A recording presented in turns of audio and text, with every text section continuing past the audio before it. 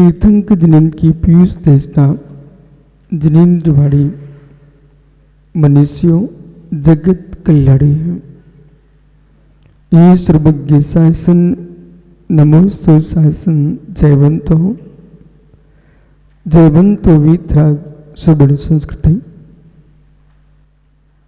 भगवान सर्वज्ञ देव ने वस्तु तत्व की विवेचना नए प्रमाणभूत किए हैं। पदार्थ अपने आप में अनंत धर्मात्मक है। अनंत धर्मात्मक वस्तु को जानने के लिए नयों की जानने की बहुत आवश्यकता है। बिना प्रमाण नए के तत्व का सम्यक बोध असंभव है। नए की सापेक्षता में हर विषय को जीव समीचीन रूप से देखता है। सद्भूत व्यवहार असद्भूत व्यवहार इन दोनों नयों का हृदय बहुत विशाल है। जितना पदार्थ जगत का में संबंध से युक्त है असद्भूत व्यवहार का विषय बनता है। पर वस्तु को निजभूत स्वीकारना ये व्यवहार असद्भूत व्यवहार न है। निज द्रव्य को निज द्रव्य में भेद करके देख रहा है वह सद्भूत व्यवहार न है। सद्भूत जो व्यवहार है वह दूसरे से संबंध नहीं रखता, निज गुण गुड़ी में ही भेद दिखता है। असद्भूत व्यवहार न है वह पर के संबंध से भी आत्म संबंध स्थापित करता है। उपचरित असद्भूत व्यवहार न है अत्यंत भिन्न द्रव्यों में भी आत्मभूतपना दिखता है। इस सारी अवस्था को देखते हुए परनिमित्तिक व्यवस्था को देखते हुए भी असद्भूत व्यवहारनियों से उपचरित असद्भूत व्यवहारने से उपनयों के माध्यम से वस्तु तत्व को समझते हुए इस बात को ध्यान में रखना चाहिए प्रतिक्षण साधक के लिए कि ये सब कुछ है। इसके होने पर निमित्तिक संबंध स्थापित होने पर भी हमारे पास जो सद्भूत है परिणति मेरी में ही होगी। ज्ञान अंग का पाटी अभव्य जीव सब कुछ जान रहा है पर एक को नहीं जानता, और एक को नहीं जानता है तो मतलब किसी को नहीं जानता। आज बहुत सुंदर गाथा समय सार की यहां पर आई है। अभोग्य मिथ्या दृष्टि जीव 11 अंग को जान लेता है और 11 अंगों का क्षोभसम होने पर, इसलिए जो क्षोभसमक ज्ञान है वो क्षोभसमक ज्ञान सम्यक के साथ है तो सम्यक है, और सम्यक रहित है तो मिथ्या है। पर ज्ञान सामान्य से ज्ञान है। प्रमाण कितनी गहराइयां हैं। सारे कर्मों के आवृत ज्ञानों को समझते हुए भी चक्रिस भाई, सारे आवृत ज्ञानों को समझते हुए भी ज्ञान सामान्य पर दृष्टि जाएगी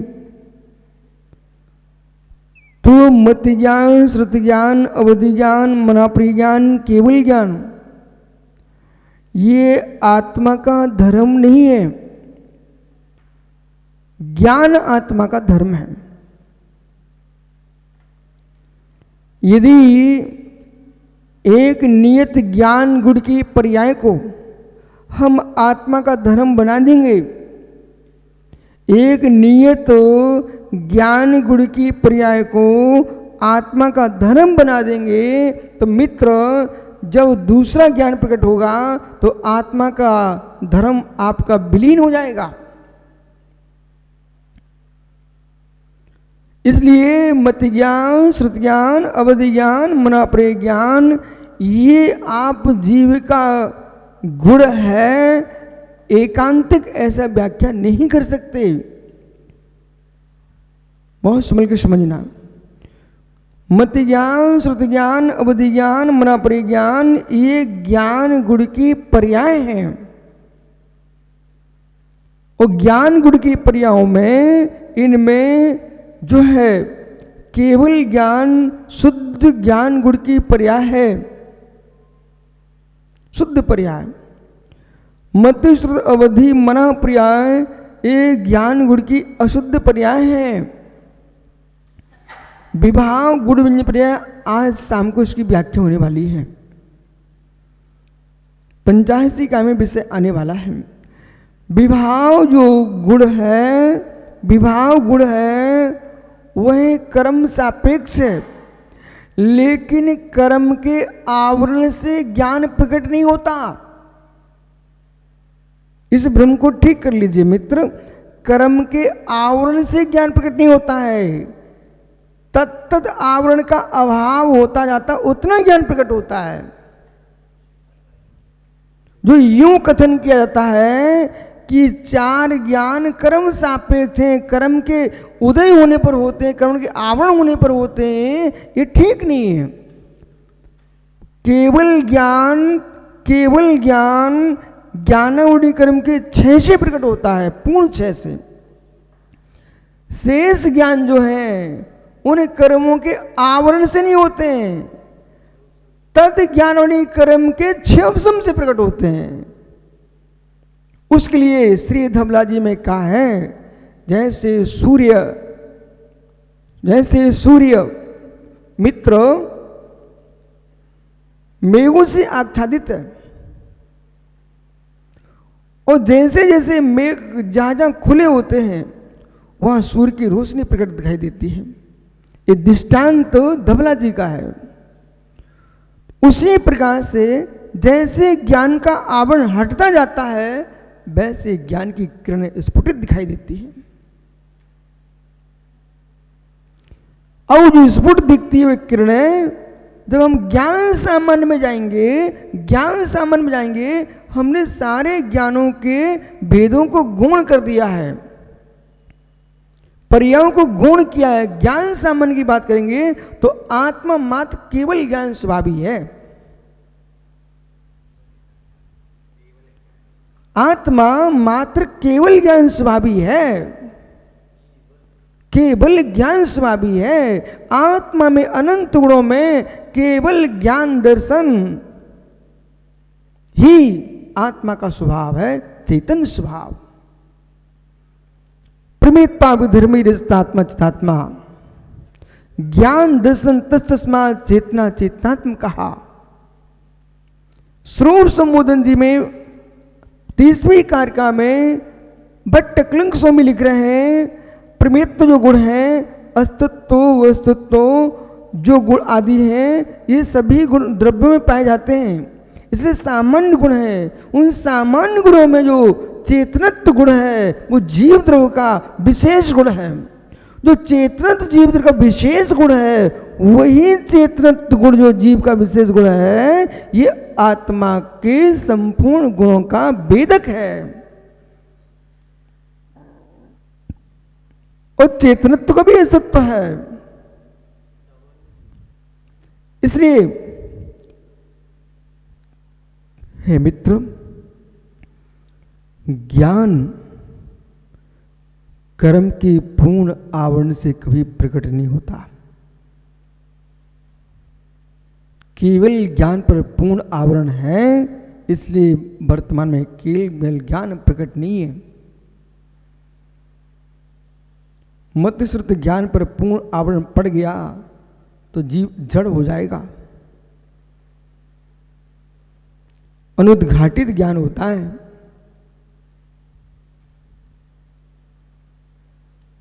ओह आश्चर्य!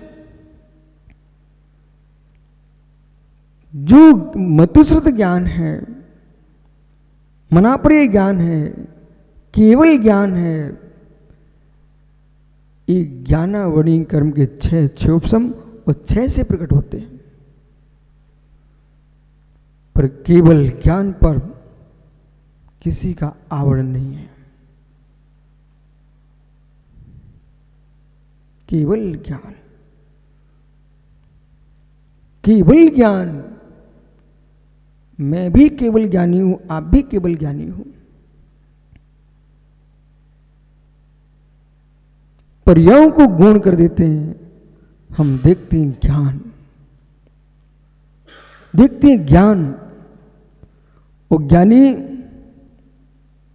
चित्तवृत्ति जितनी व्याख्या हैं, ये सब हम परम भाव ग्राहक द्रव्यार्थिक ने से देखेंगे तो हम मां सारी व्याख्या ज्ञान पर ही करेंगे। इसलिए जितना जिनागम में वही प्रमेयों की व्याख्या की गई है, उससे गहनतम प्रमाण की व्याख्या है। प्रमाण की व्याख्या है, और प्रमाण की व्याख्या के अभाव में प्रमेयों की व्याख्या अधूरी है। प्रमाण जिसका विशद है, इसलिए आप्त की परीक्षा, आगम की परीक्षा, इन सबके साथ सबसे गहरी परीक्षा है, उसका नाम प्रमाण परीक्षा।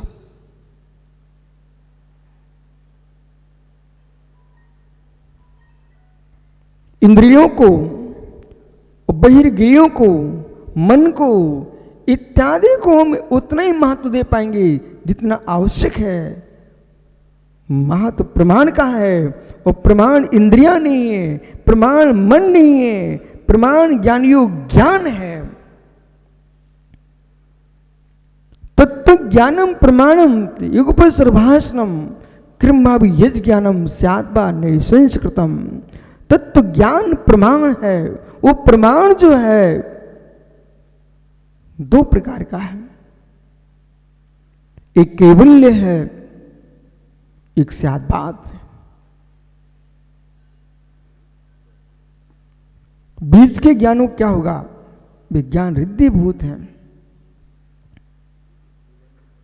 विज्ञान रिद्धिभूत है। अवधि ज्ञान, मनाप्रिय ज्ञान, एक देश प्रत्यक्ष ज्ञान, एक देश प्रत्यक्ष प्रमाण है।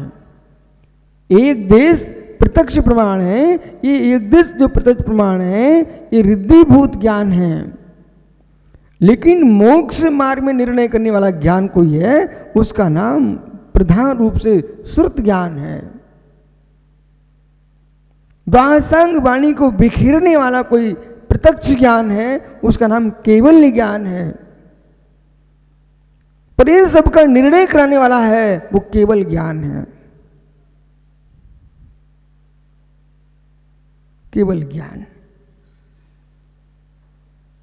एक क्षण ऐसा आएगा जब केवल ज्ञान का आश्रय लेगा जीव, तभी निर्वाण पाएगा। यह संदीप एक विषय समझना। असद्भुत व्यवहारने से, उपचरित असद्भुत व्यवहारने से, हमने चक्री से कहा था मित्र पंच परमेष्टि की आराधना से उपयोग होता है। इन युवाओं को हम यही सिखाएंगे कि बालकों, यह आने से तुम्हारे परिणाम अच्छे हुए कि नहीं हुए, मन अच्छा लग रहा है, विशुद्धि बढ़ रही है, ये इसी के योग्य है।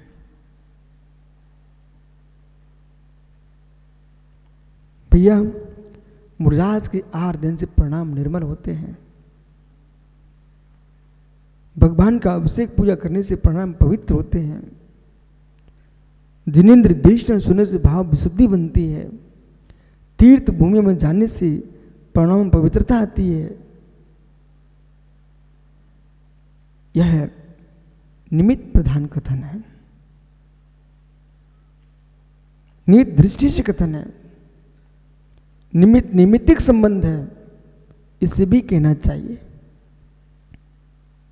जो बहुत गहरे विषय नहीं जानते, यस, उनको यही कहना पड़ेगा बेटा,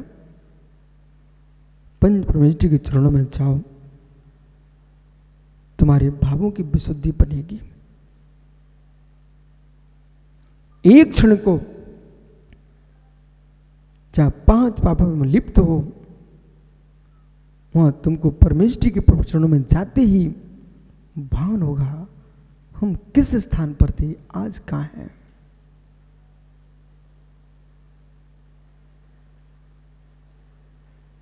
और हर साधक के लिए, हर त्यागी के लिए, हर विद्वान के लिए भावात्मक दृष्टि से व्याख्यान करते ही रहना चाहिए।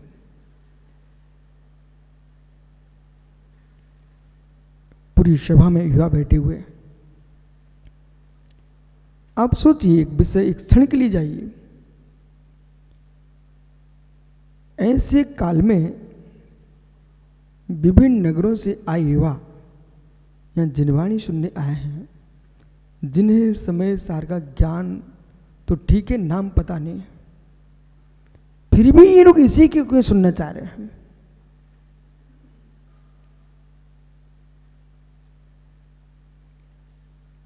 समय सार जी में कोई बाहर की बातें नहीं है, अपनी ही बातें हैं। वो अपनी बातें हर व्यक्ति को अच्छी लगती है। चारों अनुयोग अपनी बात से भरे हुए हैं। अब यहां विषय पकड़ना, हमने कहा शुभम अर्पित,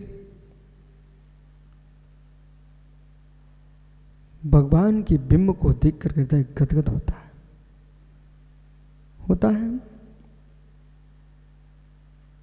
बेटा, पूर्व के संस्कार न होते, उच्च कुल न मिला होता और कर्म स्थिति तुम्हारी नींव न होती तो बेटा भगवान को देख करके तुम्हारे परिणाम गदगद की जगह कलुषता से युक्त होते। एक जीव दिगंबर मुनि को देख करके जमीन पर लेट करके प्रणाम कर रहा है, और एक जीव मुनि को देख करके मोड़ करके भाग रहा है। मुनि तो दोनों के लिए एक सा था। जिसके भीतर कुभाव कुवासना भरी हुई है, वो साधु को देख के भाग जाता बेचारा, दुर्बुद्धि। और जिसके अंदर आस्था भरी हुई है, वो हजारों किलोमीटर चल करके मुनि के चरण में सिर टेकने आता है। विश्वास नहीं है, एक साथ कमरे में रहने पर साधु को प्रणाम नहीं कर सकता, मिथ्या दृष्टि छिप। विश्वास है बेटा, सौधर्म इंद्र मध्य द्वीप में भगवान को केवल होता है, ऊर्ध्व लोक में अपने सिंहासन से उठ करके 7 कदम दूर चल करके सबसे पहले प्रणाम करता है।